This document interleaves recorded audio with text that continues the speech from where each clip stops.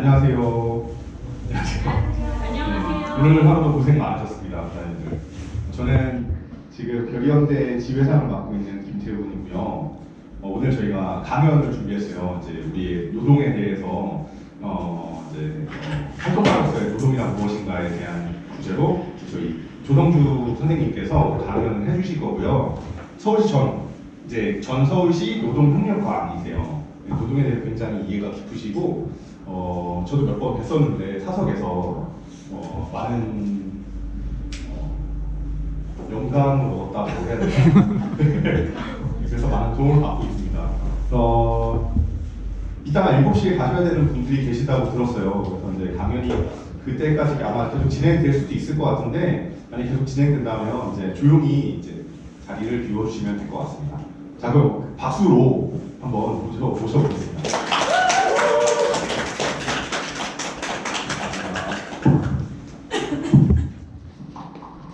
네, 반갑습니다. 영감을 준다고 했는데 사실 과한 말씀이시고요. 네. 강의 주로 제가 뭐 이런 노동조합에도 그렇고 뭐 시민단체도 많이 다니고 대학이나 이런 데를 많이 가는데요. 주로 이제 노동 문제, 때로는 노동조합, 때로는 노동과 민주주의 뭐 여러 방면으로 강의를 하고 있긴 합니다. 소개시켜 주신 대로 저는 올해 7월까지는 서울시에서 노동정책과 노사관계에 관련된 일을 해왔고요. 그 전에는 이제 국회나 뭐 이런 곳에서 주로 이제 노동 문제를 많이 다루는 일을 해왔습니다. 그래서 오늘 강의는 편하게 들으시면 될 것 같습니다. 저도 좀 편하게 알기 쉽게 설명해드리는 것을 목표로 일단 잡고 왔기 때문에 이게 복잡한 얘기들을 하지는 않을 거고요. 그냥 여러분들이 한번 뭐랄까요? 이렇게 생각할 수도 있구나 라고 한번 머리를 좀 리프레시 하신다는 느낌으로 편하게 들으시면 되고, 중간에 안 그래도 뭐 힘든 업무를 하시고 좀 피곤하실 시간이니까 중간에 주무셔도 또는 중간에 일이 있어 나가셔도 상관이 없으니까 편하게 들으시면 된다, 이렇게 말씀드리면 될 것 같습니다. 그러면은 본격적으로 이야기를 시작하도록 하겠습니다. 제가 하겠습니다. 네.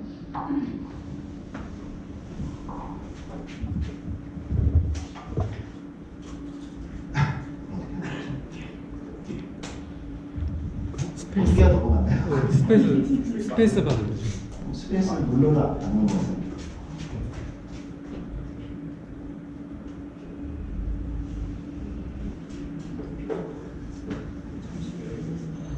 딜레이가 좀 있어요.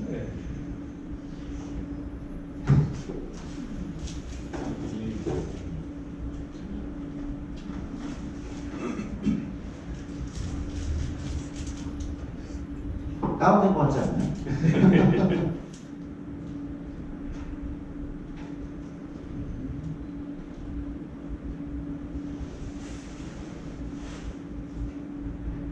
괜찮습니다.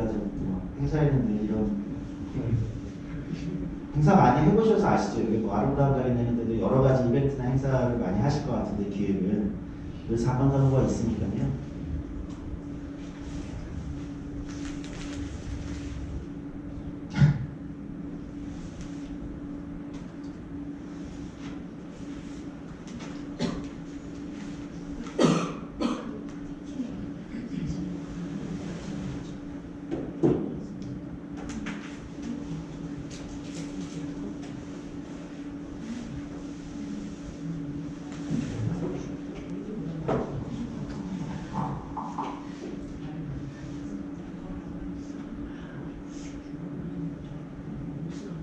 다운까지 안 되는.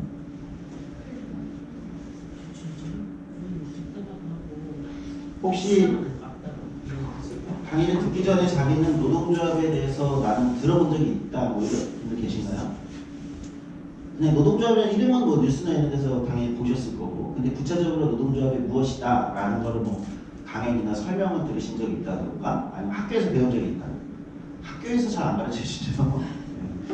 우리나라는 노동조합이나 노동조합에 관련된 것들을 학교에서 가르치지 않는데, 독일 같은 경우는 초등학교에서부터 가르칩니다. 초등학교 학생들 한반에 당연히 노동조합이 무엇이고 교과서에도 다 적혀 있고요. 그 다음에 모의 실습을 합니다. 한반이 이렇게 있으면 이쪽은 사용자, 이쪽은 노동자 측. 당연히 그 다음 수업에 번갈아서 바꾸겠죠. 그래서 모의 노사 교섭을 시킵니다. 초등학생, 중학생들을 대상으로. 그래서 실제 교과서에 보면 이제 마지막에 이제 그러면 이제 수행 과제 같은 게 있잖아요. 저는 뭐 하여튼 요즘 교과서 한국은 어떨지 모르겠지만 독일 교과서 수행 과제에서 그러면 노동자 측에 섰던 사람들은 자신이 노동조합 입장에서 최대한의 이익을 쟁취하기 위한 전략을 쓰시오. 이제 사용자 쪽은 최소한을 주기 위한, 그러니까 노동조합이랑 상의할 때 최소한을 주기 위한 자신의 전략을 쓰시오. 이 수행 과제가 이제 교과서에 적혀 있어요. 그러니까 초등학교, 중학교에서부터 이제 독일 같은 나라들은 기본적으로 이제 노동조합을 무엇인지만이 아니라 노동조합을 하면 어떻게 활동해야 되고, 회사에 노동조합이 있을 경우 내가 사장이 될 수도 있는 거잖아요. 그렇죠?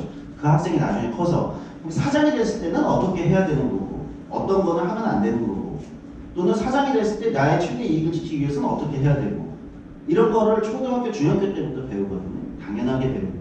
왜냐면은 이런 거죠. 한 사회의 대다수가 어쨌든 임금 노동자가 되거나, 아니면 거기서 말하는 임금 노동자는 한국의 임금 노동자 개념은 굉장히 좁은데, 거기서 말하면서 어쨌든 노동을 하면서 살아가거나 아니면 그와 관계된 일을 할 수밖에 없으니까, 우리는 자본주의 사회를 살고 있기 때문에, 그렇기 때문에 당연히 그것을 모든 시민들이 기본적으로 의무교육에서 배워야 되는 것을 배우는 거예요.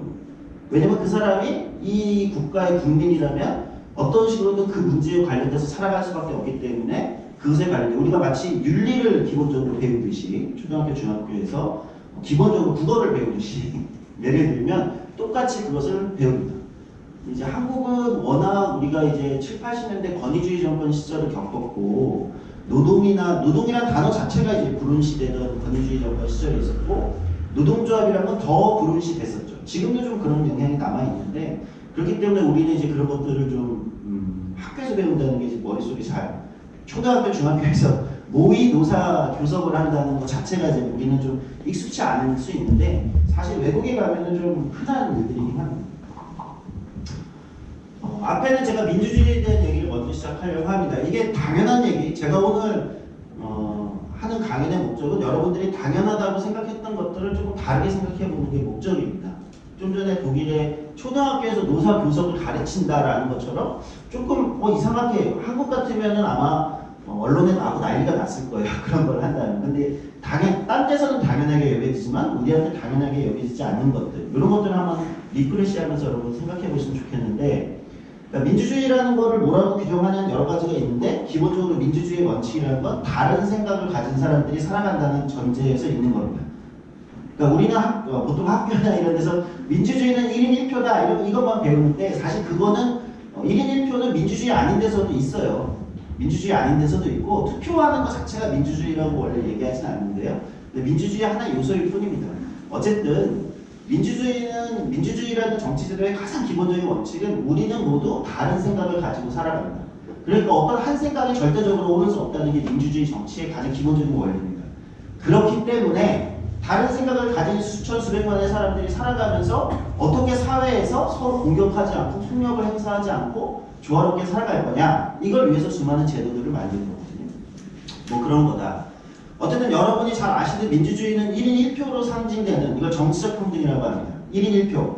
그러니까 이거 무슨 얘기일까요? 내가 아무리 좋은 대학을 나왔던, 내가 뭐 대학을 나오지 않았던, 아니면 내가 뭐 광주에서 태어났던, 내가 서울에서 태어났던, 모두가 1인 1표를 갖고 있죠. 이게 정치적 평등의 원리라고 합니다. 정치적으로는 그 사람이 여성이든 남성이든, 또는 어떤 성별을 가졌던, 또는 그 사람이 어떤 외모를 가졌던, 어떤 외국 같은 경우에 어떤 인종이든, 그렇죠? 모두가 1인 1표를 가진다. 정치적으로 모두가 1인 1표를 가진다는 원칙이 민주주의의 원리입니다. 그런데 특이하게도 정치적으로는 우리가 평등하지만 경제적으로는 우리가 다 평등한가요? 그렇진 않잖아요. 경제적으로 평등하면 뭐 좋을 수도 있겠지만, 또는 누군가에게는 좀 안 좋을 수도 있겠지만, 정치적으로는 1인 1표로 다 평등하지만 경제적으로는 우리가, 경제는 뭡니까? 우리 자본주의 경제를 하고 있기 때문에 자본주의는 1원 1표의 원리죠. 굳이 따지자면. 그렇죠? 그러니까 돈이 많으면 많을수록 자본주의에서는 유리한 거죠. 그 원리에 따라 돌아가게 자본. 그러니까 우리는 정치는 민주주의를 하고 있고 경제는 자본주의를 하고 있기 때문에, 정치에서는 1인 1표의 원칙으로 평등하지만 정치적 평등은 있지만 경제적으로는 평등하지 않다. 근데 이게 가져오는 굉장히 혼란스러운 국가들이 있는 거예요. 그러니까 내가 선거 때마다 1인 1표를 행사하지만 내가 매일매일 먹고 살아가는 게 굉장히 중요한데 나의 사회 경제적 삶이 굉장히 중요하고 경제 행위가 굉장히 중요한데 나의 경제적 행위에서 나는 평등하지 않다. 그리고 이게 자본주의 초기에 불평등이 너무 심해졌던 거죠. 그래서 경제적 어떤 행위에서도 최소한의 평등, 이것이 완전히 똑같이 평등해질 수는 없겠지만 그런 사회라면 아주 먼 미래에 언젠가 나타날 수 있을지 모르겠지만 경제적으로 이 불평등을 어떻게 조정할 수 있을까? 경제 원리에서 민주주의가 왜 경제 영역에서는 제대로 작동하지 않는 걸까? 이런 고민들을 자본주의 초기에 많은 사람들이 하게 됩니다.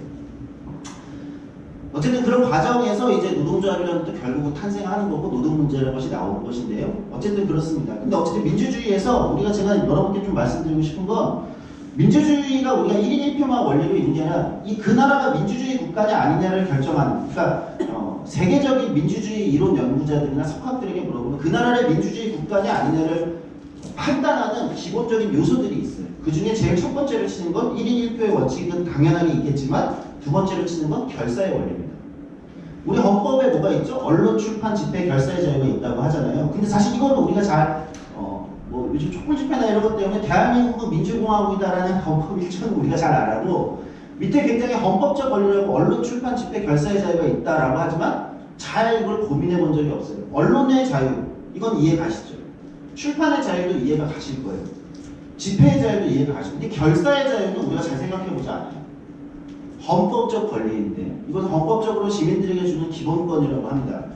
근데 우리는 언론, 출판, 집회는 머릿속에 지금 약간 인식이 되시면서도 결사의 자유가 있다, 나에게 결사의 자유가 있다는 게 무슨 말일까? 이걸 잘 생각해보지 않는다는 거예요. 그리고 왜? 굳이 그것을 왜 헌법적 권리로 전 세계가 보장하는가? 또는 1인 1표만큼이나 전 세계가 민주주의냐 아니냐를 결정하는 핵심적인 원리로 결사의 자유가 있는가를 얘기합니다. 북한도 1인 1표예요. 북한도 투표하거든요? 북한의 김정은 위원장이라고 투표를 가지지 않아요. 한 표입니다. 북한도 1인 1표예요. 그럼 민주국가인가요? 근데 전 세계 누구도 북한을 민주국가라고 얘기하지 않아요. 왜죠? 북한에는 그걸 민주주의 학자들은 뭐라고 하면 북한은 결사의 자유가 없기 때문입니다. 결사의 자유란 시민들이 자기에게 아까 제가 처음 얘기했죠. 수많은 다른 생각들을 가지고 있다. 여기 계신 분들도 다 다른 생각을 가지고 계세요. 그러니까 시민들이 서로가 다른 생각으로 또는 자기의 이해 요구로 조직을 만든다는 얘기입니다. 조직이라는 말이 무섭게 들리실 수 있지만 결사란 말은 더 무섭게 들리죠. 이게 결사란 말이 80년대 건의의 군사독재 정권 시절에는 결사란 말은 꼭 간첩단이라는 말과 동일어였습니다. 그러니까 그 나라가 민주국가가 아닌 것은 7, 80년대 우리나라 군사독재 정권에서도 결사할 자유를 없애는 거죠. 그러니까 사람들이 모여서 조직을 만들면 안 돼요. 이게 이제 우리가 군사독재 정권 때 있었던 일들이죠. 그러니까 그런 조직들이 대부분 다 간첩단 사건 같은 게 나는 거죠. 영화 같은 거 보셨죠? 변호인 같은 거. 그런 영화들에서 나오는 그런 장면들이 권위주의 정권, 민주주의가 아닌 체제에서는 결사의 자유를 보장하지 않습니다. 결사의 자유는 곧 민주주의이기 때문에. 북한도 마찬가지인 거예요. 1인 1표지만 결사의 자유는 없는 겁니다. 그러니까 민주국가가 아닌 건데 우리는 결사의 자유에 대해서 잘 생각해요. 결사의 자유를 보장하는 결사의 자유가 있어야 사람들이 자기들의 이해 요구 때문에 조직을 만들 수 있어야 민주주의가 실제적으로 돌아간다. 이렇게 보기 때문인 겁니다. 그 결사체라고 부르면 조직이라는 건 다양한 조직이 있어요. 정당도 거기에 해당되고요. 무슨 협회도 해당되고 시민단체도 해당되고 사실 아름다운 가게 같은 것도 해당되는 거고 기업도 해당되는 건데 노동조합도 그 결사의 자유의 대표적인 이렇게 얘기합니다. 노동조합은 전 세계 민주주의 이론가들은 노동조합은 민주주의 국가, 적어도 자본주의라는 경제체제를 하고 있는 민주주의 국가에서는 가장 대표적인 시민 결사체다. 이게 이제 문장으로 보통 있는 거예요. 가장 대표적인 시민 결사체다. 시민들이 만드는 그 결사의 자유에 근거해서 만드는 시민 결사체다. 이렇게 얘기를 하고요. 그래서 민주주의는 결사의 자유에 기초하고 있고 노동조합은 자본주의 경제체제를 운영하는 가장 중요하고 기본적인 시민 결사체다. 그러니까 노동자라는 이름이 한국에서는 굉장히 좀 이상하게 들릴 수 있지만 노동자라는 이름은 민주주의 정치에서는 경제시민이라고 부르는 겁니다. 시민이잖아요. 투표를 할 때 내가 정치적 시민이 되는 거고요. 일상에서 내가 경제생활을 할 때는 노동을 하며 경제생활을 회사에 출근을 하고 퇴근을 하고 집에 가면서 슈퍼에서 뭘 사고 이럴 때는 나를 경제시민이라고 부르는 거예요. 이렇게 부르는 거예요. 자, 그래서 노동 3권에 대한 얘기 그 다음에 갈 텐데요. 그러니까 헌법 얘기를 안 할 수가 없어요. 그러니까 헌법에 있는 권리라는 게 뭐냐? 대한민국 헌법 33조 1항의 헌법입니다. 헌법에 이렇게 돼 있어요. 근로자는, 노동자는 얘기죠. 근로자는 근로조건 향상을 위하여 자주적인 단결권, 단체 교섭권, 단체 행동권을 가진다. 이게 헌법에 적혀 있어요. 우리나라 헌법에. 그러니까 헌법은 법 중에 최상위법이잖아요. 헌법에 구체적으로 단결권, 단체 교섭권, 단체 행동권을 가진다라고 할 수 이게 있습니다. 이 세 가지 권리, 헌법적 세 가지 권리를 노동 3권이라고 부르는 겁니다. 헌법에 명시된 권리예요. 그러니까 누구도 침해할 수 없는 권리라는 겁니다. 대한민국에서는 헌법에 명시된 권리. 그러면 이제 구체적으로 들어갈까요? 단결권이란 뭐냐? 그냥 단결권은 단순하게 노동조합을 만들 권리가 있다. 대한민국의 노동자들은 노동조합을 만들 권리가 있다. 또는 가입할 권리가 있다. 단체 교섭과는 좀 익숙치 않으실 수 있어요. 단체 교섭이라는 거는 밑에 이제 헌법 아래에 일반적인 법으로 노동조합 및 노동조합 관계법이라는 게 있는데 단체 교섭권이라는 건 뭐냐면 노동조합을 만들면 회사에 노동조합만 요구할 수 있는 겁니다. 단체 교섭권을 행사할 수 있는 건 법상에 노동조합만 행사할 수 있습니다. 단체 교섭권은 뭐냐? 회사에 문서를 보내게 돼 있어요. 노동조합을 만들면 단체 교섭을 합시다. 노동조합이 회사에 문서를 보냅니다. 단체 교섭을 합시다. 그럼 회사는 이 단체 교섭을 거부할 수 없게 되어 있습니다. 그리고 단체 교섭에서 협약이라는 걸 맺어요. 그걸 단체 협약이라고 하거든요. 그 협약은 법에 우선합니다. 법에 우선해요. 단체 협약은 법에 우선한다. 이게 무슨 얘기냐면 법에는 최저임금까지 줄 수 있게 되어 있고 최저임금 근데 일부 단체 교섭에서 뭐 우리는 월급을 한 달에 300만 원씩 주기로 했어. 법에는 그런 게 없잖아요. 또는 법보다 더 우위에 있는 거를 단체 교섭에서 단체 협약으로 맺으면 그것이 법보다 우선합니다. 그러니까 단체 협약을 만약에 회사가 이행하지 않는다. 협약을 맺어서 도장을 찍었는데 노동조합과 회사 사장님이 도장을 찍었는데 이 협약을 이행하지 않는다. 그러면 처벌받는 겁니다. 즉 법적 강제성이 있는 거예요. 단체 교섭이라는 건 교섭을 요구했는데 교섭에 응하지 않으면 처벌받고요. 교섭에서 맺은 단체 협약을 이행하지 않으면 처벌받습니다. 이걸 단체 교섭권이라고 합니다. 무슨 권리냐? 헌법적 권리입니다. 헌법에서 보장하고 있는 권리예요. 단체 행동권은 뭐냐? 단체 교섭을 한다고 말씀드렸잖아요. 그럼 회사하고 노동조합하고 교섭을 해요. 노동조합의 노동자 위원들하고 회사의 사측 위원들하고 여러 가지 회사의 문제들에 대해서 교섭을 하죠. 임금을 가지고 얘기할 수도 있고 휴가를 가지고 얘기할 수도 있고 노동 시간을 가지고 얘기할 수도 있어요. 이렇게 얘기했는데 서로 의견이 안 좁혀질 수 있잖아요. 민주국가니까. 우리가 민주주의를 하니까 서로 의견이 안 좁혀질 수 있습니다. 그럼 안 좁혀졌을 때 노동조합한테 파업을 할 권리를 주는 거예요. 파업 또는 쟁의행위라고 해요. 왜냐면 파업만 있는 게 아니고 파업 말고도 노동조합의 공식적인 법에서 보장받는 노동조합의 쟁의행위라고 하는 건 파업, 태업, 사보타주 여러 가지가 있거든요. 태업이 사보타주군요. 파업, 태업 여러 가지가 있는데 간단하게 말씀드리면 노동조합에게 파업 또는 업무를 거부할 권리를 줍니다. 그러니까 이게 약간 파업이라는 게 한국에서는 약간 무슨 큰일처럼 얘기하는데 헌법에서 파업을 할 권리를 노동자에게 일방적으로 헌법적 권리를 주는 거예요. 저 단체 행동권이 쉽게 얘기하면 파업권이라고 생각하시면 됩니다. 파업할 권리를 줍니다. 근데 이게 좀 이상하잖아. 왜 굳이 이렇게 무시무시한 권리를 조직을 만들 수 있는 권리, 조직을 만들었는데 상대에게 교섭을 강제할 수 있는 권리, 그리고 교섭 내용이 마음에 안 들면 파업까지 할 수 있는 권리. 그럼에도 불구하고 법적으로 처벌받지 않는 권리. 그리고 그 권리를 누구도 회방 놓을 수 없는 권리. 왜 굳이 노동자에게 이런 권리를 줬을까? 전 세계 민주국가들이 모두. 그리고 이 노동 3권이 없으면 민주주의 국가라고 하지 않는 이유는 뭘까요? 이유는 간단합니다. 우리가 자본주의를 하고 있기 때문인 겁니다. 사실 이거를 가장 잘 설명할 수 있는 것은 영화 설국열차인 것 같아요. 제가 볼 때. 영화 설국열차 보셨나요? 보신 분? 네, 보셨어요. 저는 그게 결론적으로 사람들마다 다르게 느껴지겠지만 노동법이 탄생하는 저는 노동 문제를 다루는 사람이니까 노동법이 탄생한 이유를 가장 잘 보여주는 영화라고 개인적으로 생각했어요. 그 영화가 이제 쭉 가잖아요. 맨 뒷칸에서부터 막 온갖 밑에 겪으면서 가잖아요. 근데 맨 마지막 장면에 어떤 장면이 근데 처음 왜 가나요? 왜 앞칸으로 그 사람들이 막 주인공들이 가죠? 그 사건이 있잖아요. 아이가 잡혀갑니다. 그렇죠? 아이가 아닌가요? 아이가 잡혀가요. 조그만 아이가 와서 이렇게 막 밤에 데려가거든요. 이제 그 사건 이후로 이제 뭐 우여곡절을 겪어서 악한으로 쭉 간단 말이에요. 이게 뭐냐면 그 자본주의, 민주주의하고 자본주의가 먼저 오고 근데 민주주의가 이제 본격적으로 도입이 되는데 초기에 어떤 일이 일어나냐? 초기에 이런 노동법이 하나도 없었어요. 그러니까 기본적으로 자본주의 출발은 사인 간의 계약이 절대적이라는 거죠. 절대 왕정에서 자 우리 잠깐 고등학교 세계사 시간으로 넘어가 볼까요? 절대 왕정에서 넘어왔잖아요. 그렇죠? 넘어오면서 이제는 왕이 모든 걸 결정하는 게 아니라 나와 자유로운 개인과 자유로운 개인이 그렇죠. 개인이 자유로워진 게 이제 그 자본주의 초기입니다.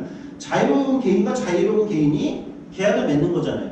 그리고 이 계약은 왕도 침해할 수 없다. 이게 이제 초기 자본주의 혁명이죠. 그렇죠? 이제 개인의 자유가 여기서 출발을 한 겁니다. 근데 그렇게 해서 자본주의를 계속 하다 보니까 어떤 일이 일어나냐. 이 사인 간의 계약이라는 게 불공정하다는 거예요. 불공정해요. 공장의 사장님은 사인 간의 계약이라고 해서 4살짜리, 5살짜리 아이들을 계약을 맺어서 굴뚝 청소를 시킵니다. 왜? 공장의 굴뚝은 좁아서 성인은 들어갈 수 없으니까. 근데 조그만 아이들은 그 굴뚝을 올라가가지고 굴뚝 안을 청소하는 거니까 그 안을 청소할 수 있는 거예요. 근데 거기서 아이들이 죽습니다. 발 한 번 잘못하면 떨어져 죽는 거고. 그래서 아이들이 시체로 이 공장 굴뚝이 막혀요. 누군가는 다시 거기서 아이들 4살, 5살 아이들의 시체를 꺼내야 되고. 그러니까 이런 일들이 일어나니까 그러니까 당연히 최저임금이라는 제도도 없었겠죠. 당연히. 왜? 사인 간의 계약에서 내가 하루 종일 일하고 제가 100원 드릴게요. 싫으면 말고 너 말고 일할 사람 많으니까. 이렇게 했다고 칩시다. 근데 그것은 너무 비인간적인 노동이 되는 거고 그러다 보니까 하루에 16시간씩 그리고 4살, 5살짜리 아동들도 하루에 13시간, 4시간, 5시간씩 일을 하게 되니까 아이들이 죽고 사람들은 병 걸려 죽고 사회적인 문제가 너무 심각해진다. 그래서 사적인 계약 말고 사적인 계약이 인간의 어떤 권리를 침해하는 것을 넘어서면 안 된다. 라고 출발. 최초의 노동법이 공장법입니다. 그러니까 무슨 얘기냐? 굴뚝법이라고 하는데요. 아동노동, 아이들이 굴뚝에서 그렇게 아이들한테 노동을 시키지 않게 하는, 과도한 노동을 시키게 하지 않는 법. 자, 설국열차의 마지막 장면이 뭡니까? 그 막 서로 꼬시잖아요. 상대편 마지막에 그 주인이 에드레리스가 아마 한 것 같은데, 배우가. 근데 마지막에 주인공이 그 밑바닥을 딱 여니까 그 처음에 잡혀간 아이가 거기서 그 조그만 공간이어서 그 공간에서 걔만이 그 아마 뭐를 조정할 수 있는 조그만 거. 그래서 처음에 걔를 잡아간 거였거든요. 그게 사실은 첫 번째 노동법의 탄생입니다. 똑같이 그거를 상징한 거고 그게 첫 번째 노동법의 탄생입니다.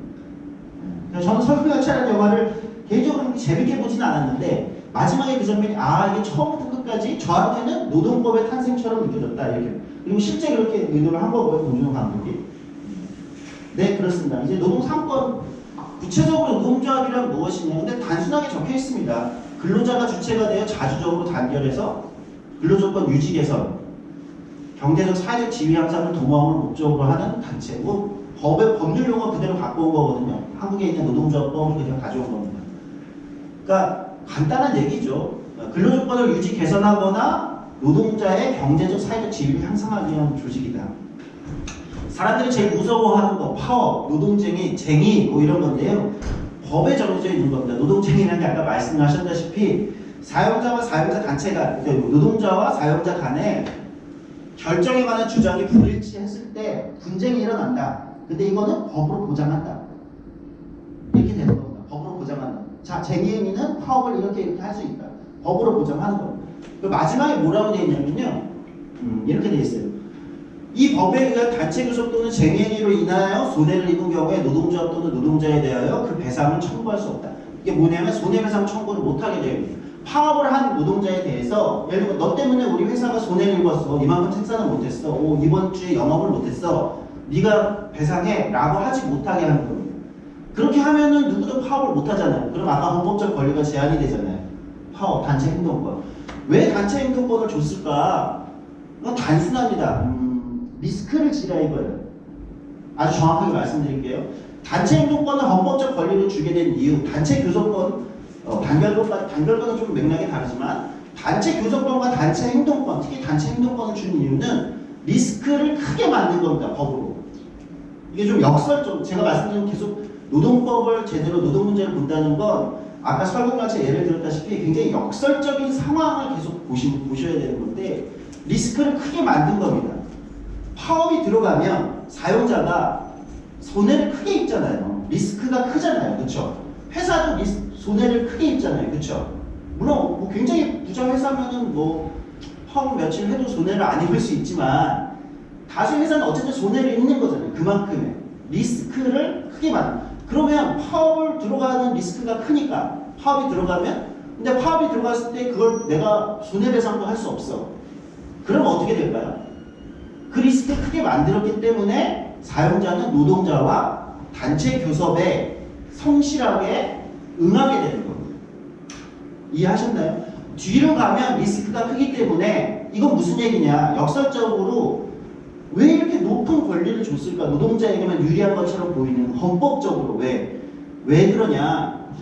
일단 사용자 노동자의 지위가 불평등하니까 훨씬 위에 있잖아요, 사장님이. 그런 상황에서 뒤에 리스크를 크게 만들어서 이 파업에 대한 리스크를 크게 만들고 손해배상까지 못하게 크게 만들어 놓으면 양자가 교섭에서 성실하게 해서 파업까지 안 가게 하는 거예요. 이해하셨나요? 역설적으로 파업의 리스크를 크게 만들면 앞에서 파업을 안 가기 위해서 갈등이 사전에 예방된다. 이게 관점인 겁니다. 노동법의 기본적인. 그러니까 역설적으로 한쪽에 굉장히 큰 권리를 주는 거예요. 그러니까 파업을 제한하는 권리를 두는 건 헌법적 권리를 제한하는 거예요. 그러니까 국제노동기구 같은 데서 전 세계 나라들을 돌아다니면서 유엔 산하 기구죠. ILO 국제노동기구가 파업에 대한 단체 행동권에 대한 제한을 못 두게 만드는 겁니다. 국제협약. 역설적으로 그렇기 때문에 갈등이 줄어드는 거예요. 그러니까 노동조합이 만들어지기 때문에 오히려 갈등이 줄어드는 거라고 볼 수도 있는 거죠. 노사협의회랑 비교하시는 분도 가끔 있는데 노사협의회는 언제 만들어지냐면 1980년 12월 31일 날 법이 통과된 법입니다. 1980년이 언제죠? 정권이 어떤 때입니까? 전두환 정권이죠. 그럼 우리한테 익숙하죠. 뭐죠? 박정희 정권 다음에 온 군사 독재 정권입니다. 왜 노사협의회법, 노사협의회 지금 이제 이런 아름다움하게 지금 간사협의회가 노사협의회를 대체하고 있을 거예요. 노사협의회는 30인 이상 일하는 사업자면 의무적으로 만들어야만 하게, 안 만들면 법적으로 처벌받습니다. 이 법이 시초는 1980년 12월 31일입니다. 전두환 정권에서 만들었어요. 그것도 전두환 정권 초기입니다. 79년 박정희 죽고 그 다음에 이제 정권을 막 잡고 나서 그 법을 만들었어요. 이유가 뭘까요? 이유가 뭐였을 것 같아요? 초기에 전두환 당시 대통령이 노동자들의 엄청난 편이어서 예를 들면 우리가 군사독재 정권에 대해서 보통 그런 식의 그렇다면 80년대 내내 있었던 노동자들에 대한 탄압은 없었겠죠. 이유가 뭘까? 그걸 만든 이유는 70년대 내내 박정희 정권 마지막에 어떻게 되죠? 79년에 이제 YH구역에서 노동조합이 만들어지면서 거기가 농성을 하고 시민단체 농성을 하고 거기서 사람이 죽고 뭐 이러면서 뭐 그게 대구 부마항쟁이 일어나고 이제 박정희 정권이 막 흔들흔들합니다. 그러다 이제 총을 맞는데 그러니까 뭐냐면 70년대 말에 노동자들의 문제나 이 갈등이 노사 간의 갈등이 너무 크게 막 열어오는데 YH구역에서 대표적이죠. 이런 게 이제 얼마 전인데 그 뭐 몇십 주년이 그렇게 계속 이러니까 불안해진 거예요.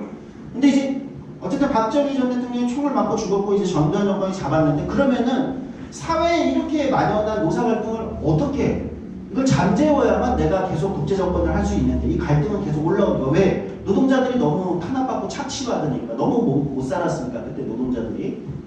그러니까 노동조합은 안 되겠고 노동조합을 허용했다가는 이게 정권에 위협이 될 것 같으니까 대신 그럼에도 불구하고 노동자들의 불만을 일정 정도 해소해야 되기 때문에 노사협의회법이라는 걸 만들어서 자 노동조합을 만드는 건 허락하지 않겠어요. 다만 불만이 있으면 노사협의회에서 얘기해.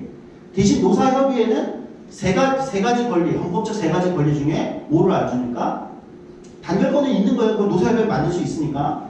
단체 교섭권하고 단체 행동권은 없습니다. 노사협의회는. 그러니까 교섭을 정식으로 요청할 수 없어요. 그리고 교섭에서 맺은 문서가 법적 효력을 갖지 않습니다. 법적 효력은 없어요. 안 지켜도 된다는 거예요. 법적 효력이 없다는 거 안 지켜도 된다. 네, 단체 행동권 당연히 없어요. 그게 안 지켜졌다고 노동자들이 그러면 약속을 안 지켰으니까 나 뭐 업무 안 할게요. 이러면 이제 손해배상 당하시는 겁니다. 아까 이제 노동조합이 파업에 들어갔을 때는 손해배상이 안 당한다고 말씀드렸잖아요. 법적으로는 어쨌든 기본 권리로는. 즉 노사협의회는 사실 출발이 그렇게 된 겁니다. 그리고 이제 90년대 한 번 개정을 해요 우리가. 이게 출발이 워낙 나쁘게 된 거기 때문에 근데 나쁘게 됐다고 다 없앨 게 아니라 현실적으로 노동조합이 다 만들어질 수는 없으니까 한국적 상황에서 좀 노사협의회를 긍정적으로 갈 수 있게 만들자 하고 이제 근창법이라는 형태로 개정을 하는데 그런 과정을 거치는 겁니다. 그러니까 노사협의회와 노동조합은 완전히 다른 맥락에서 출발을 한 거다. 뭐 이런 말씀 하나 드리고요. 그러니까 권리가 다른 거죠. 노동조합이 가지는 헌법에서 강제하는 강제권이 없는 거예요. 교섭과 단체 행동에 있어서. 그러니까 리스크가 없는 거죠. 제가 이런 리스크가 나쁜 게 아니거든요. 리스크가 없기 때문에 노사협의회는 사실은 그만큼의 강제성을 가질 수가 없는 거예요. 상호 간의 리스크를 져야 되거든요. 노동조합도 리스크를 져야 됩니다. 왜냐면 노동조합도 파업을 하게 되면 무임금이거든요. 이게 문호동 무임금의 원칙인데 사실 현장에서 대부분 그렇게 정리되지는 않습니다.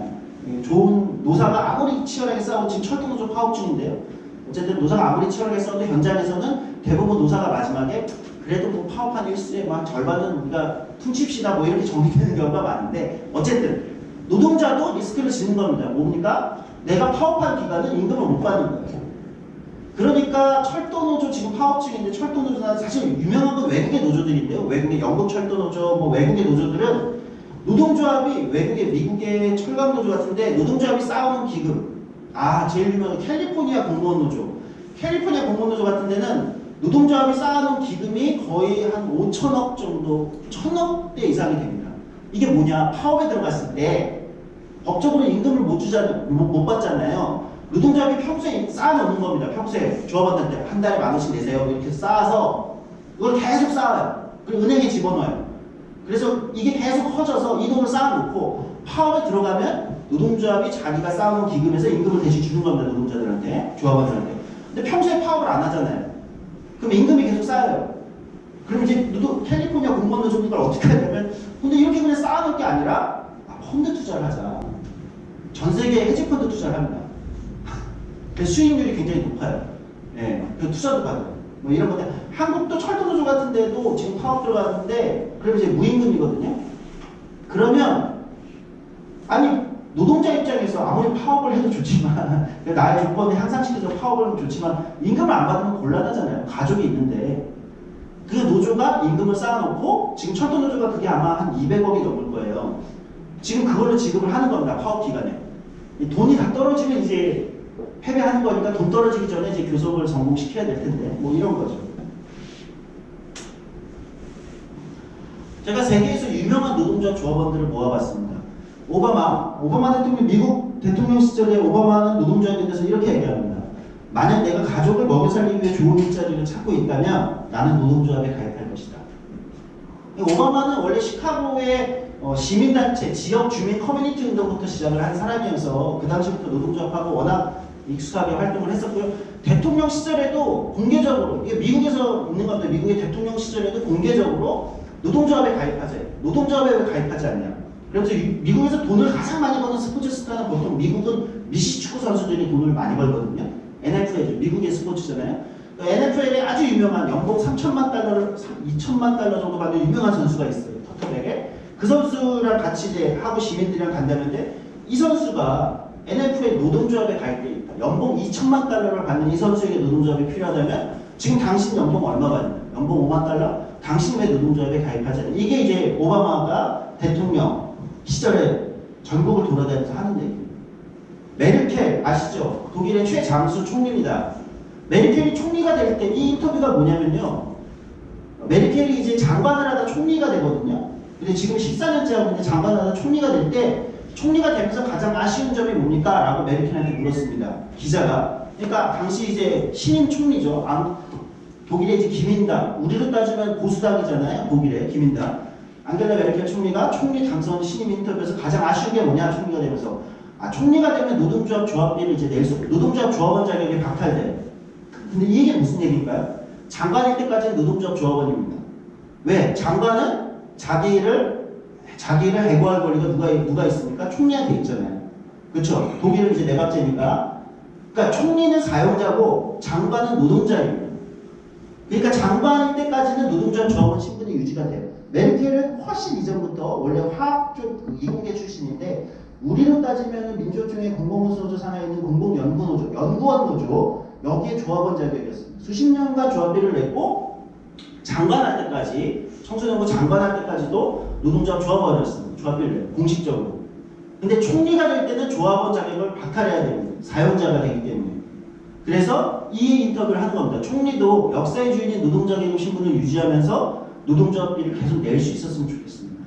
이게 메르켈이 총리가 되면서 가장 아쉬운 점 본인한테. 그러니까 자기는 자부심이 있었던 거예요. 수십 년간 노동조합 조합원을 하면서 싸워왔고 자기 주변 동료들과 연대해왔고 근데 이제 드디어 노동조합에서 내가 쫓겨나는구나. 총리가 되기 때문에 이게 아쉽다고 합니다. 이게 메르켈이에요.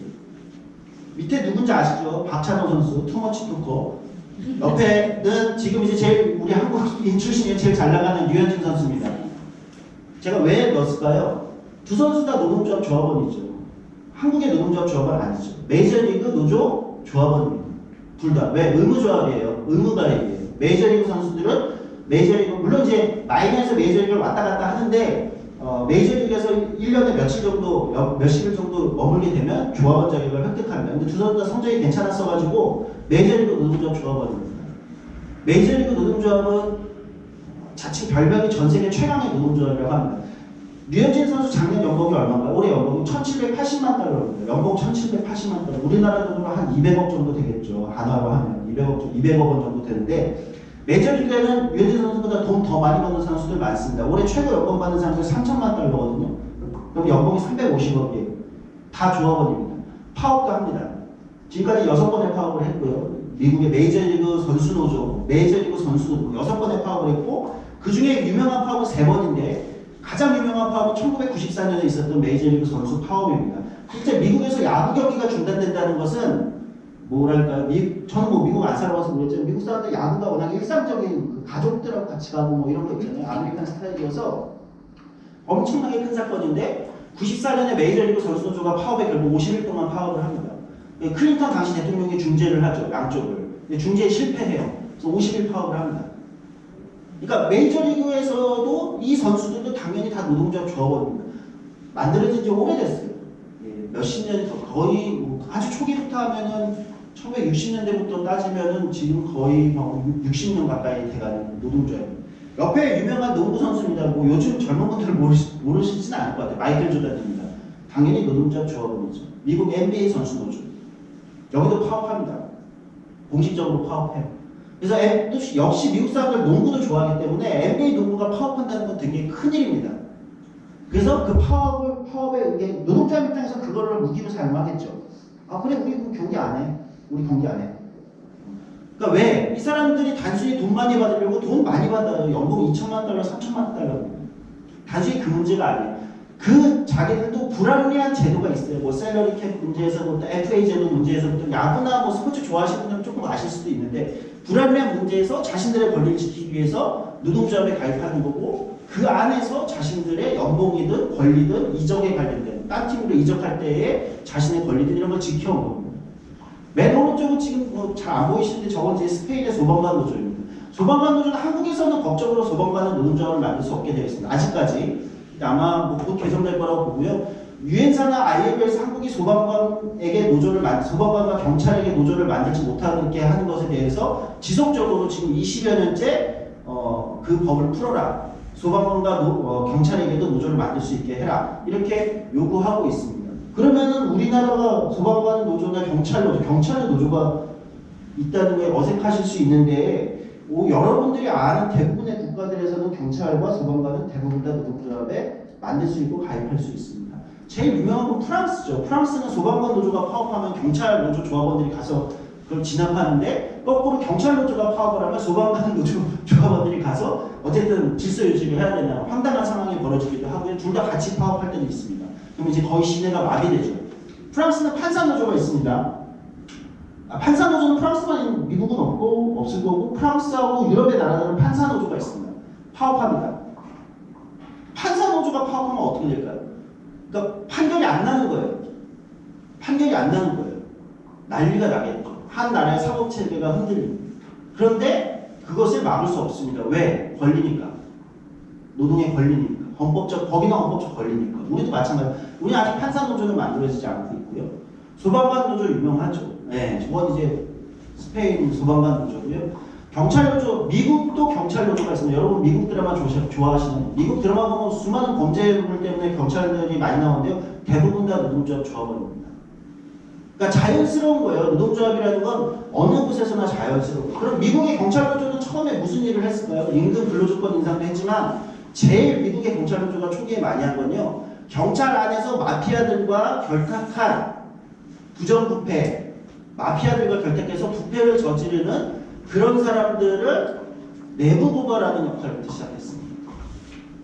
그게 미국의 경찰 노조를 성장하게 된 원인이거든요. 그러니까 공적인 역할을 하는 거예요. 경찰들이 너무 박봉에 업무가 힘드니까 마피아들하고 결탁해서 뒷돈을 받는 거. 그래서 경찰의 근로조건을 높임과 동시에 마피아와 결탁한 그런 경찰들을 내부 고발하는 역할을 미국 경찰 노조가 했죠. 그러면서 성장했습니다.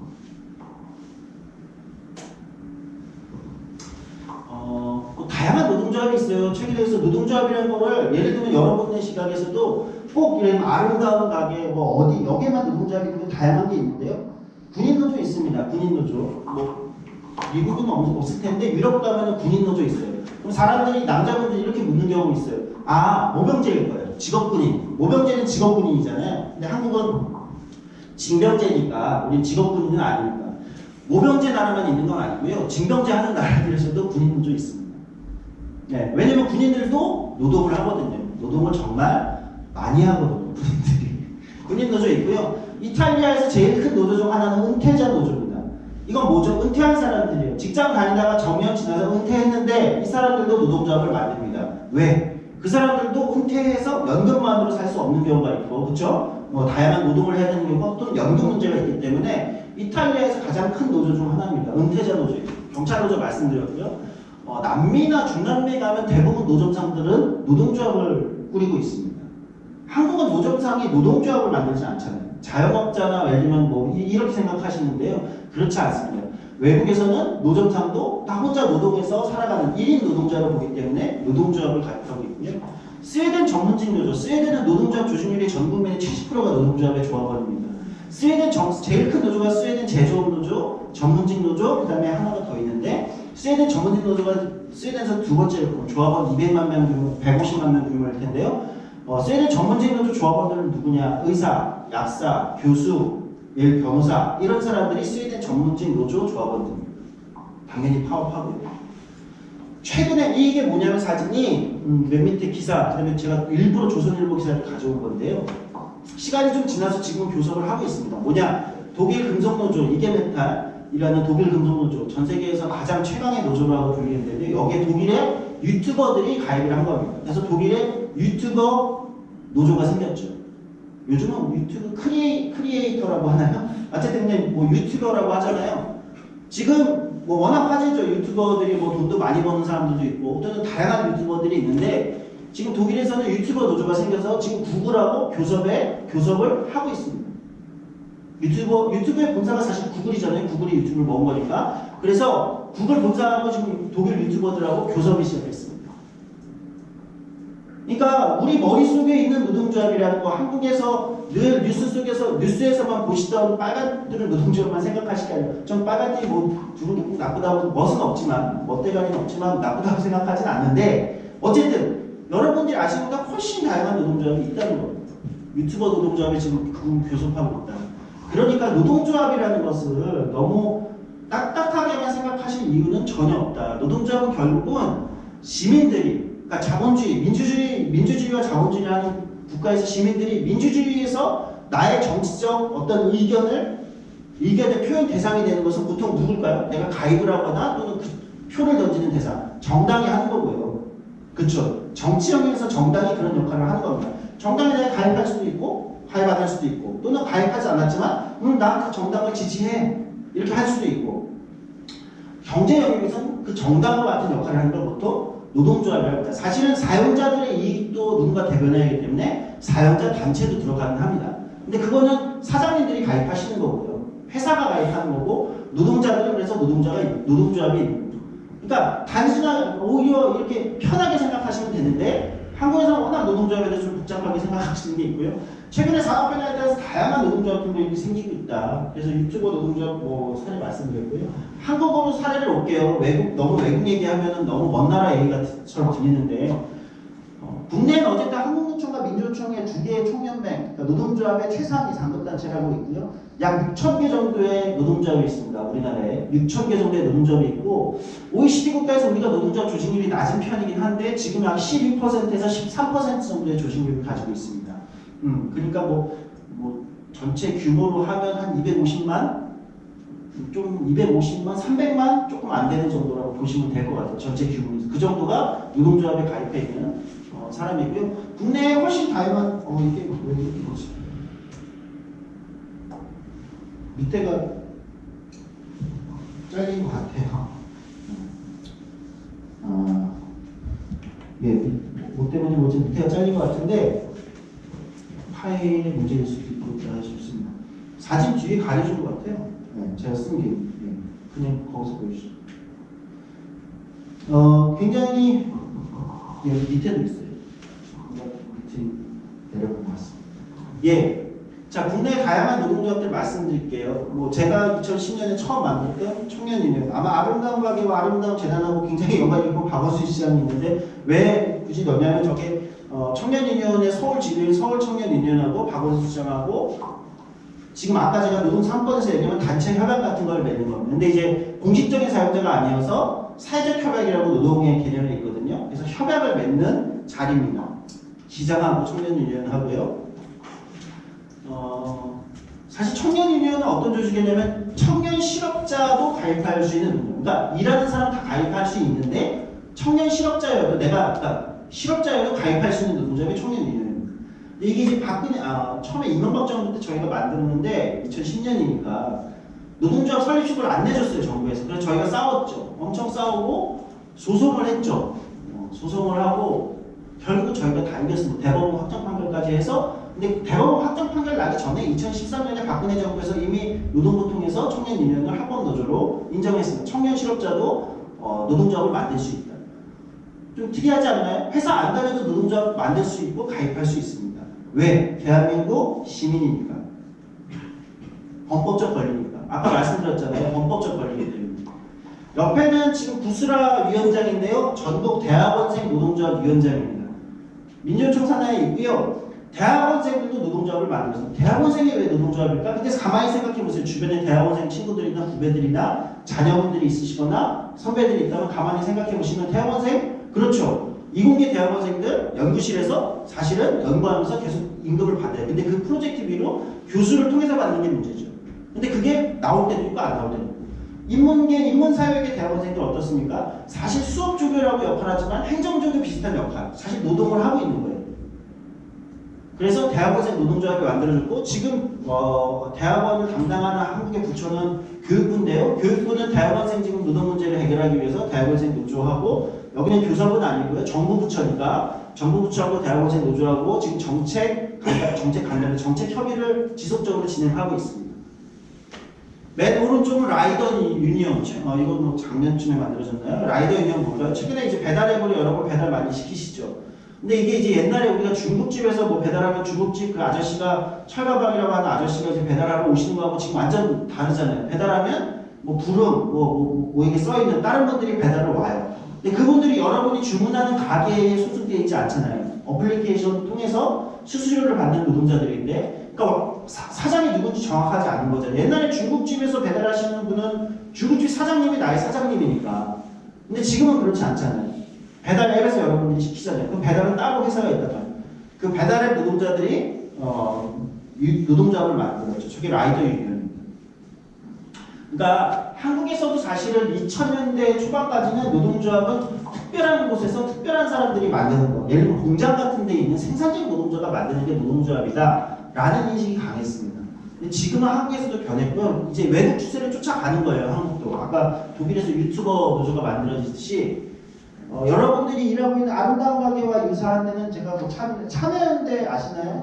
한국의 대표적인 시민단체입니다. 참여연대도 지금 아름다운 가게에서도 간사라는 이름을 쓰시는데 참여연대도 간사 체계죠. 그러니까 무슨 팀의 간사들이 이런 체계인데 참여연대에도 노동조합이 있습니다. 참여연대 노동조합이 있고요. 회사랑 참여연대 회사죠.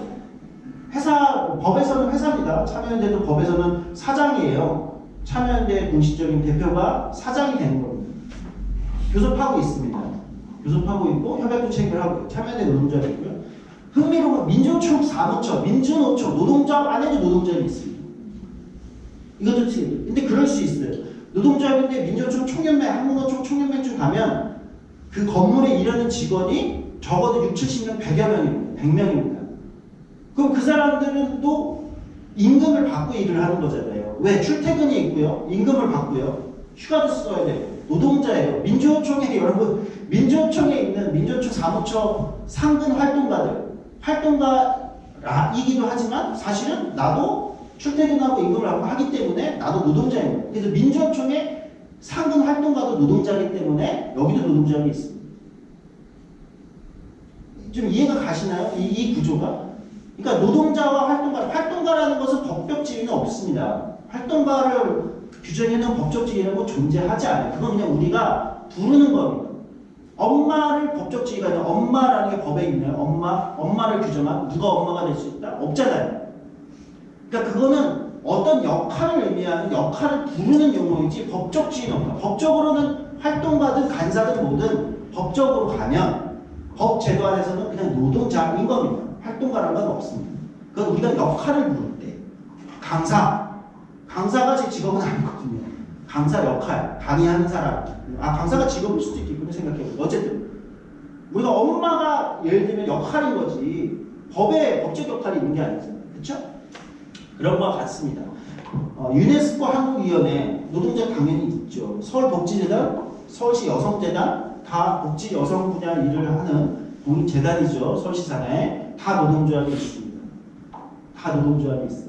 어떤 걸 요구할까요? 당연히 임금 인상도 요구하고 노동시간도 좀 더 명료하게 하자 이런 것도 요구하고 다양한 요구거리가 생각보다 여러분 주변에 많습니다.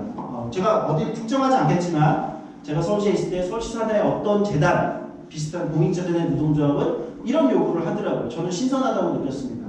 가족수당을 주는데 회사에서 가족수당을 주는데 여기서 말하는 회사는 재단이겠죠.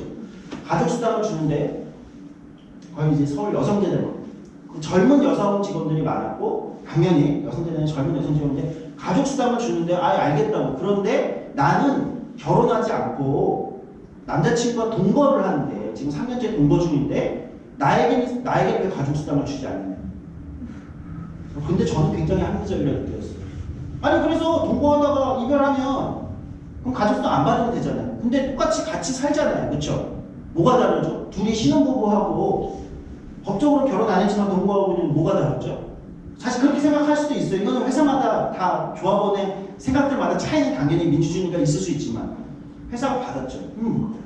이거 괜찮은 것 같아. 그리고 점점 그런 직원들이 많이 늘어나고 있는 추세거든요.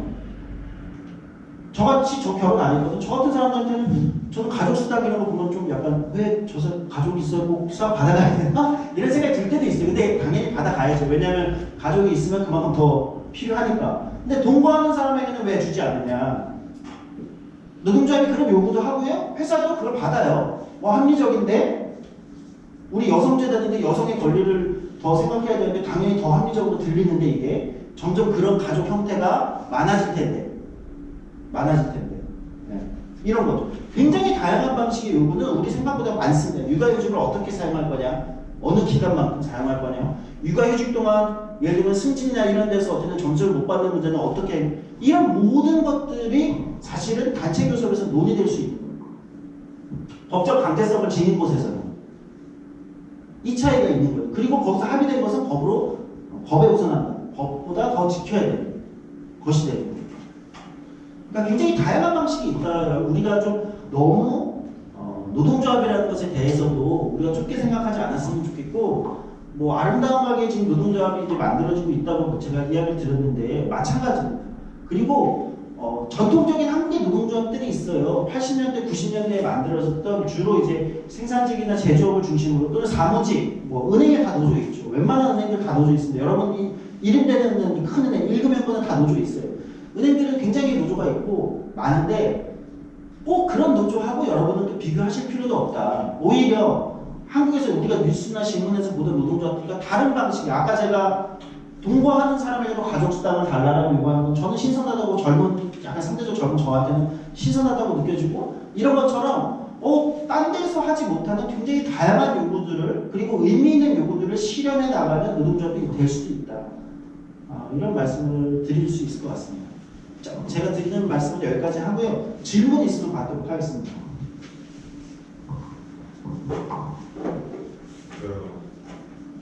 네.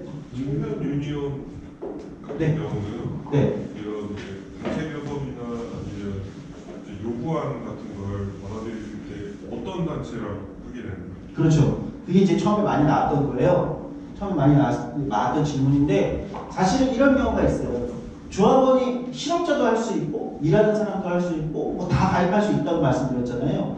그러니까 그 조합원 개별마다 다릅니다. 어떤 조합원이 예를 들면 당시에 제가 기억나는 건 어떤 조합원이 그 프랜차이즈 어떤 회사에 일하고 있었는데 IT 쪽이었나? 하여튼 관련된 거였는데 본사가 IT 회사거든요. 근데 어쨌든 거기서 문제가 당했어요. 예를 들면 임금을 계산했는데 안 맞고 뭐 부당해요. 그러면 그 회사에 우리가 교섭 요청을 합니다. 우리 조합원인데 우리 조합원이 여기 한 명입니다. 그 회사 한 명 있었어요. 한 명. 우리 조합원. 근데 이 사람이 임금이 잘못됐고 부당한 이 지금 행위는 부당하다. 교섭 요청을 합니다. 그러면은 여기서 교섭을 하는 거예요. 한 명을 데리고도 그렇게 하고요. 또는 실업자의 조합원 있잖아요. 그럼 누구랑 교섭을 하냐? 그게 이제 이게 대법원의 얘기입니다. 제가 얘기하는 게 아니라 마지막 대법원, 사실은 대법원 전에 행정법원에서부터 위에 2심법원, 고등법원, 대법원 모두 똑같이 인용된 문장인데 실업자들도 헌법적 권리에 따라서 지방자치단체, 중앙정부 관련 부처들과 또는 사용자단체, 전경련과 같은 사용자단체라는 건 전경련 경주 여기와 교섭할 수 있다. 자신들의 일자리와 향후 미래의 근로조건에 관련돼서 교섭할 수 있다. 이게 이제 대법원과 나머지 고등법원에서 이제 판결문에 적시한 거죠. 저희가 처음부터 이렇게 주장을 했고.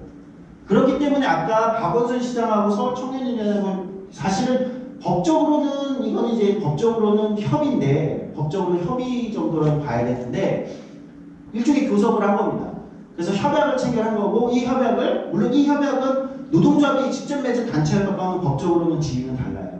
그러나 어쨌든 공식적인 협약식을 하고 서울시가 그것을 이행할 것을 요구한 거죠. 그러니까 이런 식이 되는 거죠. 또는 이거보다 더 나아가서 진짜 구체적인 단체 교섭을 하기도 합니다. 근데 조합원 수의 차이가 있겠죠. 네. 또 질문 있으시죠?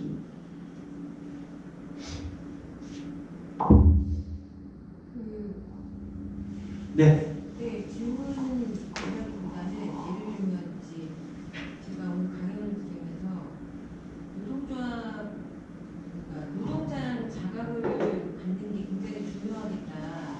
그러니까 그거는 어떻게 보면 굉장히 높은 수준의 민주주의를 체현해야만 가능한 일이 아닐까 이런 생각이 아닌가 그런 생각이 들었는데 왜냐하면은 저희 아름다운 가게의 어떤 분위기랄까 혹은 정서랄까 이런 거는 제가 느끼기에는 그러니까 약간 좀 많이 그러니까 공건적인 느낌도 많이 섞여 있는데 이걸 뭐라고 잘 표현을 해야 될지 모르겠는데 예를 들면은 우리끼리 어떻게든 해결할 수 있고 가족 같은 분위기고 이런 네네 거구나. 그렇게 우리끼리 어떻게든 협의하고 토론해서 잘 해결할 수 있어가 갖는 그 맹점이 뭐냐면 사람들을 주체적으로 자각시키지 않는다는 거죠. 그냥 누구한테 의탁하거나 누군가 결정을 해주길 바라거나 이러면서 이제 행복하게 되는 건데 노동조합의 조합원은 그것과는 개별되게 적극적으로 주체적으로 자신이 갖고 있는 권리나 인간으로서의 어떤 자각, 이런 것들을 깨우치는 과정인데 그러니까 저희가 가게에서 노동조합을 지금 이제 출범시켜서 안정화를 향해서 가고 있는데 그 과정에서 예를 들면 아까 파업 얘기를 한참 하셨잖아요. 근데 그것이 일단 저에게조차도 좀 낯설게 들리는 거예요. 근데 그것은 우리가 노예가 아니라 우리가 노동을 중지할 수 있는 그런 주체적인 권리를 가진 인간이라는 자각, 굉장히 커다란 자각이 있어야 되는 건데 그거를 예를 들면은 여기 가게를 구성하고 있는 여러 가지 이해 당사자들을 봉사자라든가 기부자라든가 구매자라든가 이런 것들을 막 그러니까 니네 노동조합은 안 되라고 얘기하는 논리가 아주 강하게 있거든요. 근데 아까 뭐 프로야구 선수라든가 기타 등등의 그런 거에 대해서 제가 좀 질문이라기보다는 이게 무슨 말씀인지 알겠고 파업은 먼저 말씀드린 파업 안 하는 게 제일 좋죠. 아까 얘기했듯이 파업은 서로에게 리스크이기 때문에 회사도 리스크고 노동자도 리스크인 거잖아요. 얼마나 귀찮아요. 귀찮고 임금도 못 받고 안 하는 게 제일 좋죠. 그러니까 아까 말씀드렸잖아요. 그러니까 우리가 자꾸 파업, 그러니까 어떤 지금 철도노조도 파업을 하고 있지만 파업을 할 수도 있고 안 할 수도 있는 거예요. 파업이라는 건 상호 간의 리스크를 크게 만들어 놓고 노사 양쪽에 크게 만들어 놔서 오히려 교섭에서 잘해라. 대화 테이블에서 결정을 봐라. 안 그러면 너네 양쪽이 둘 다 리스크를 져야 돼.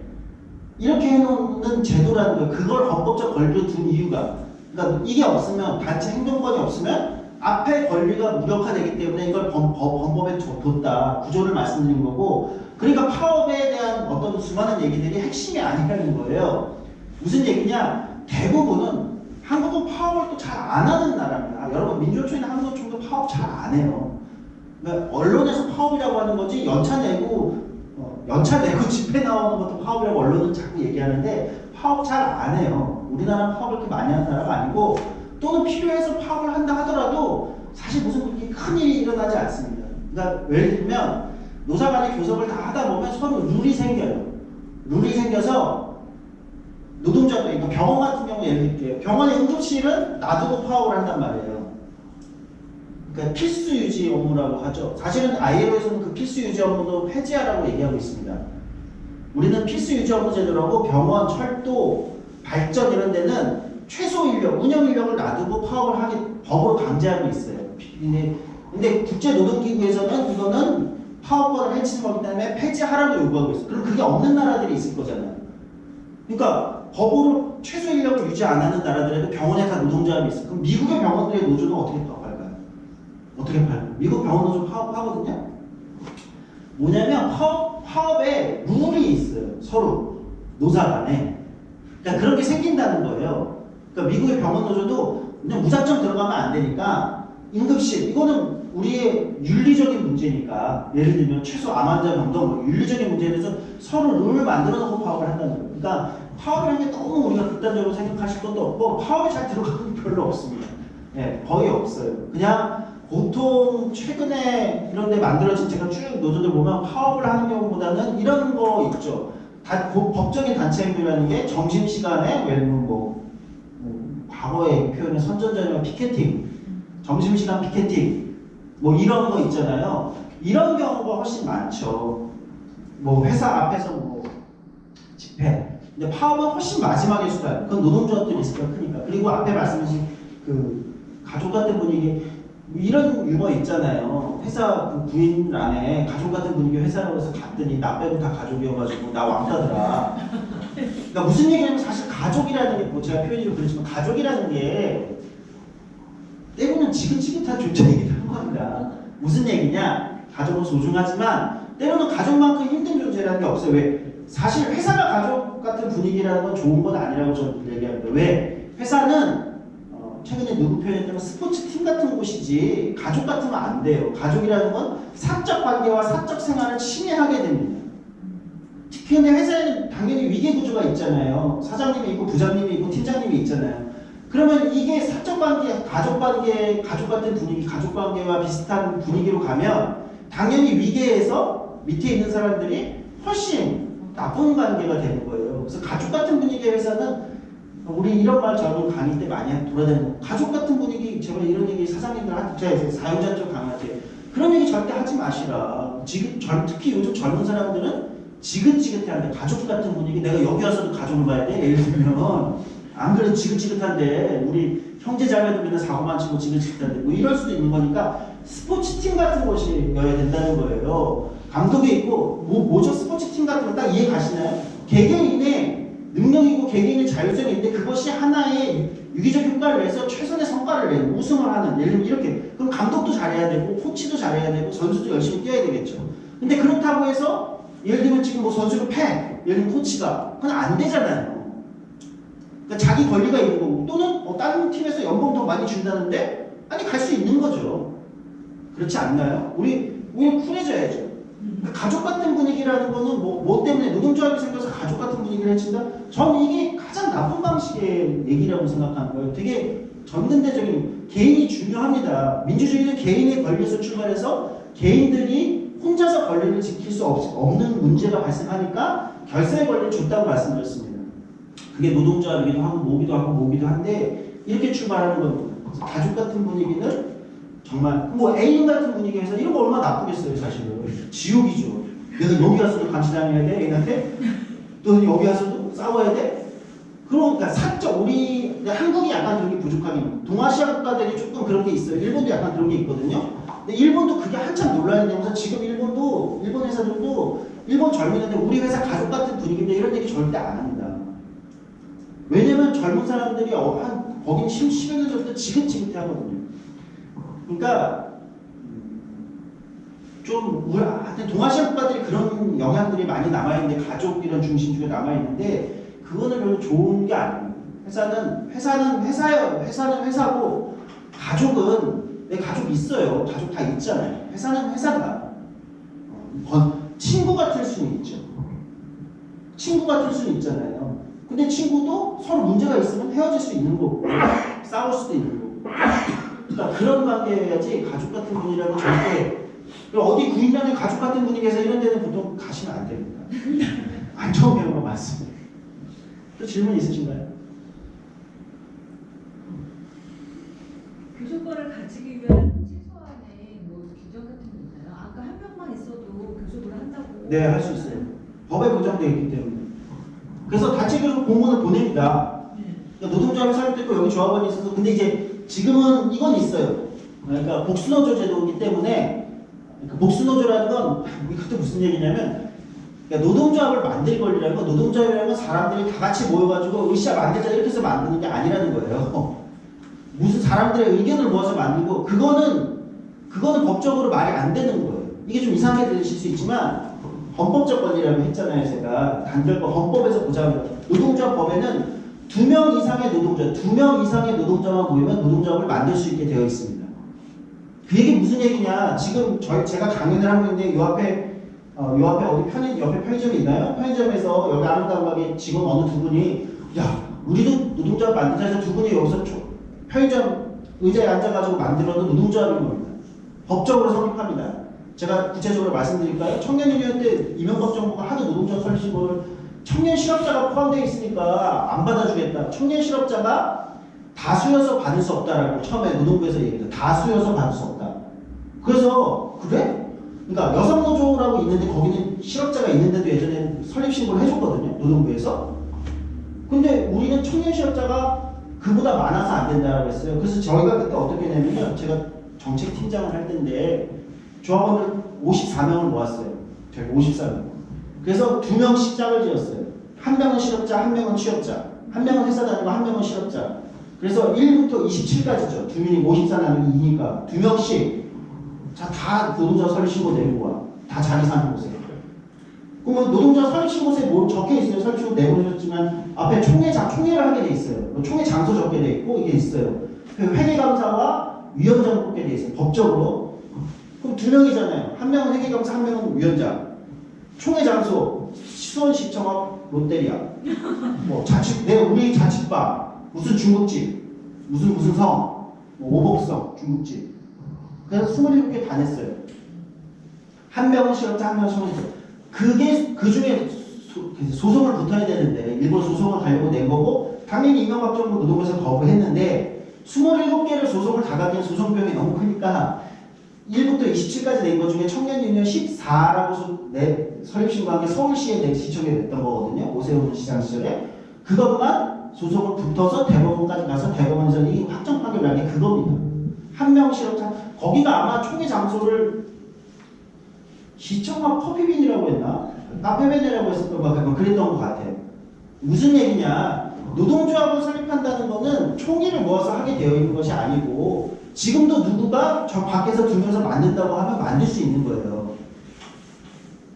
근데 문제는 뭐냐? 그것들이 경쟁해서 그런 조직들이 경쟁해서 대표권을 누가 제일 대표하는 노동조합이야? 그건 보통 한국의 법에서는 그 사업장의 절반 그 사업장 노동자의 절반 이상이 가입하면 그냥 모든 권한은 다 위임합니다. 이건 과반수 노조라고 해요.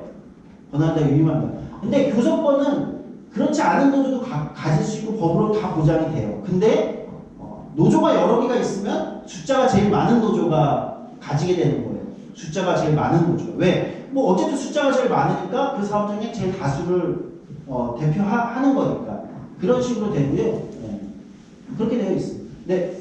그래서 그러니까 저희가 이제 아름다운 가게 노동조합을 설립을 하는 과정에서 여러 일들이 있었는데 지금도 이제 많이 나오는 얘기들이 왜 걔네들끼리 나한테 말 안 하고 네. 뭐 섭섭하실 수 있죠. 뭐. 왜 우리한테 미리 말하지 않았냐 뭐 이런 얘기들이 너무 많은데요. 하시지. 과정은 하시지 그랬어요. 방금 말씀하신 그런 얘기로는 이게 해소가 안 돼요. 당연히 안 되죠. 그러니까 그거는 뭐 당연히 인간사에서 생길 수 있는 당연한 감정이죠. 뭐 예를 들면은 뭐 친구들끼리 했는데 어떤 친구가 나 유학 가기로 해서 우리한테 말도 안 하고 유학 가냐. 근데 사실 따지고 보면 근데 왜 나의 유학을 너와 얘기를 하고 가야 되는지 예를 들면 굳이 따지면 그렇지만 아니 섭섭할 수 있어요. 가게는 다르다가 항상 앞에 붙는 거죠. 전시가처럼.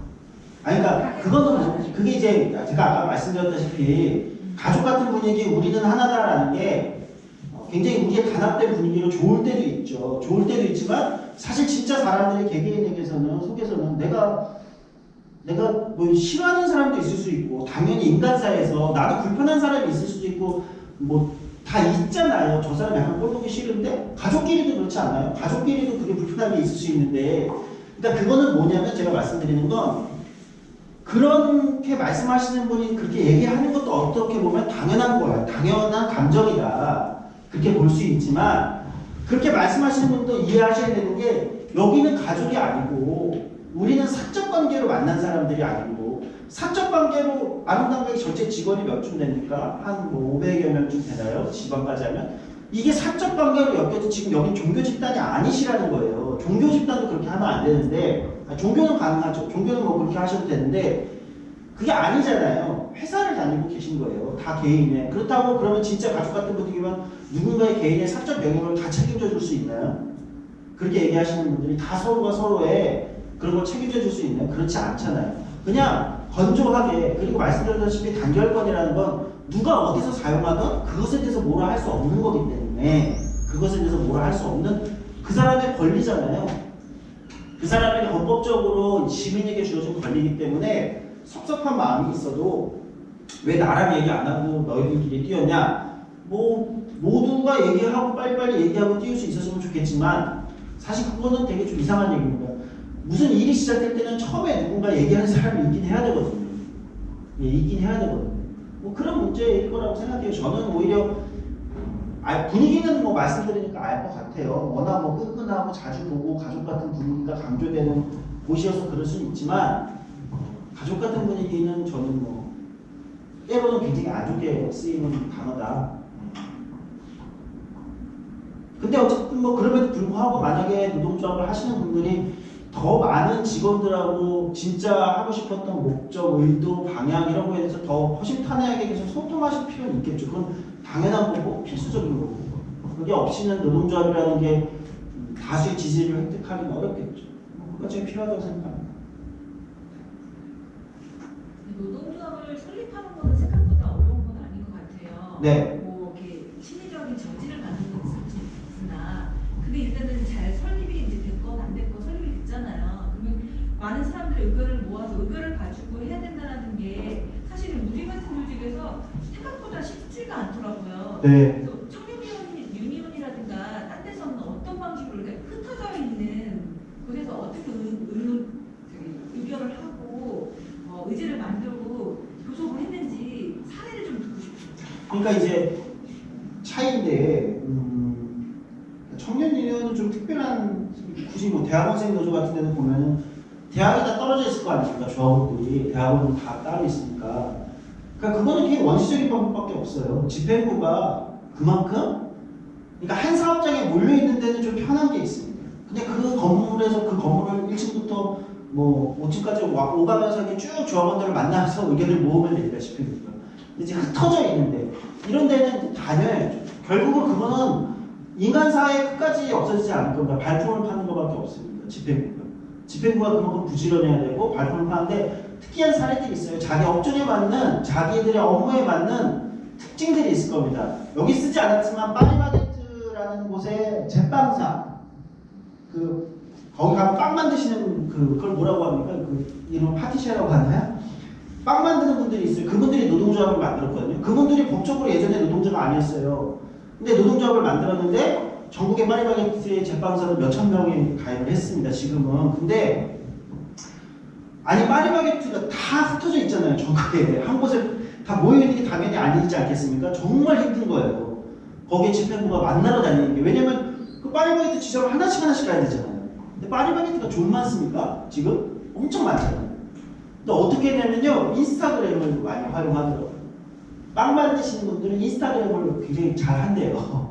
빵 만들어 내가 만든 예쁜빵 자기 계정에 올리는 게 그래서 그 인스타그램 만든 인스타그램으로 쭉 돌려가지고 조직하고 뭐 이렇게 하고 하시더라고요.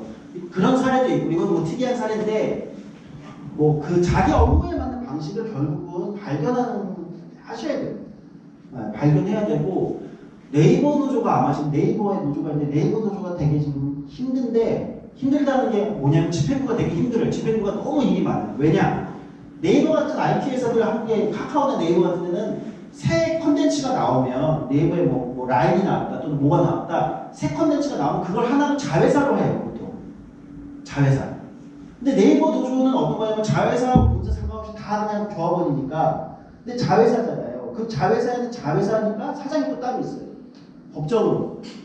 그 네이버 본사가 그냥 총괄해서 교섭하자 하면 좋은데 또 본사가 좀 치사하게도 자회사가 50개쯤 되거든요. 네이버가. 그냥 각자 하세요 이렇게 한 거예요. 그럼 집행부 교섭을 50개를 해야 되는 거예요. 단체 교섭을 50개를 해야 되는 거예요. 그래서 네이버 노조가 그냥 한꺼번에 모아서 합시다. 이렇게 서로가 편하잖아요. 근데 이제 네이버 사측이 일부러 그랬는지는 모르겠지만 그냥 각자 합시다 해서 집행부가 50개를 지금 아마 한 50여 개를 다 돌아다니면서 해야 될 거예요. 그러니까 그런 경우도 있는 거예요. 그러니까 얼마나 집행부가 발품을 많이 팔아야 되겠어요. 거기는 노조 집행부가. 그러니까 자기들 스타일에 맞는 것들 또는 그 직원들이나 직원들이 좀 좋아하는 또 스타일들이 있을 거고 그걸 스스로 창조해내는 수밖에 없습니다. 근데 기본은 어차피 아무리 제가 한국에 많은 노동조합을 봤지만 기본은 발품이더라. 만나서 얼굴 맞대고 만나서 진짜 속내를 얘기하고 그 사람의 어려움을 듣고 그 사람의 어려움 하나가 실제 노동조합의 요구안이 될 때 사람들이 진짜로 이 노동조합이 내 얘기를 하려고 하는구나 그런 게 보여줘야 되는 거죠. 왕도는 없습니다 어차피. 인간사가 그렇죠. 근데 아름다운 가게에서 일하실 때도 그렇지 않았나요? 그 무슨 특별한 왕도라는 게 있나요? 가게 잘 되는 비결이 있나요? 뭐 잘 되는 비결이 있나요? 사실 그런 거 잘 없어요. 네. 결국 사람이 사람한테 하는 게 제일 중요한 거죠. 네. 또 있어요? 네. 근데 저희가 이제 노동조합에 출범했는데 짧게 질문드릴게요. 지금 노동조합 활동을 근무 시간에 하지 말아라. 이런 이제 인사팀 지침 메일을 보냈는데 네. 우리가 이제 단체 협약까지는 아직 기간이 있잖아요. 그래서 단체 협약까지 가서 우리가 이제 활동 시간을 따내기 전까지는 어쨌든 지금 말씀하신 대로 집행부가 이렇게 발표를 팔아야 되는데 굉장히 이제 어렵죠. 예. 보통은 기본 협약을 맺죠. 기본 협약은 언제 맺나요? 그건 이제 노사 간의 관계에 따라 다르죠. 노사 간의 관계가 되게 스무스한 데다 예. 이러면 노동조합이 뜨고 뭐 예를 들어 스무스한 데는 뭐 이런 데입니다. 뭐 아까 서울 여성재단도 그랬지만 노동조합이 만들어졌어요.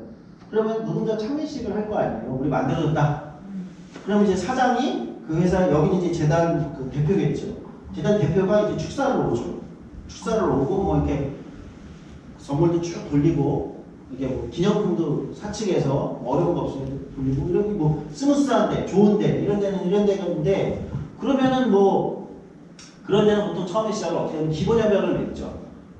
그러니까 단체 협약 가기 전에 기본적인 아주 기초적인 거를 노동조합의 기본 활동에 대한 게 보장을 서로 하는 양자가 기본 협약을 맺고 그 위에서 이제 단체 협약을 하는 거죠. 보통은 그렇게 많이 하죠. 근데 이제 사측이 그렇게 안 해줄 때도 많죠.